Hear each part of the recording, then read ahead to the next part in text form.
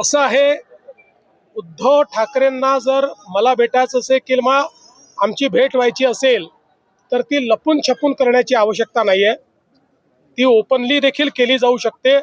असे कुठलेच विषय आमच्यात नाहीत की जे आता लपवायची त्या ठिकाणी आवश्यकता आहे. अशा प्रकारची कुठली भेट घडलेली नाही.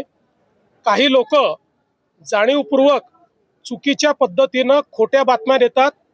या खोटारड्या हँडल्सवर त्या ठिकाणी नोटीस बजावली जाईल. घोडे बाजार कोण करतं?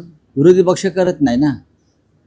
ज्यांच्याकडे प्रचंड पैसा आणि सत्तेची मस्ती आहे तेच घोडे बाजार लावतात, तेच जुगार आणि आकडा लावतात, तेच आमदारांना विकत घेऊ शकतात.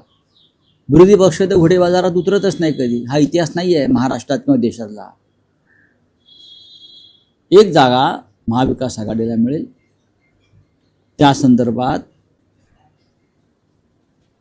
हर्षवर्धन सकपाळ साहेब प्रदेश काँग्रेसचे अध्यक्ष यांनी उद्धव ठाकरे साहेबांशी चर्चा केलेली आहे.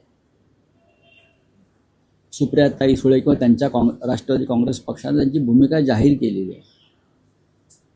आता शिवसेनेनं काय करायचं, कोणता उमेदवार द्यायचा, या संदर्भातला निर्णय हे फक्त शिवसेना पक्षप्रमुखच घेऊ शकतात.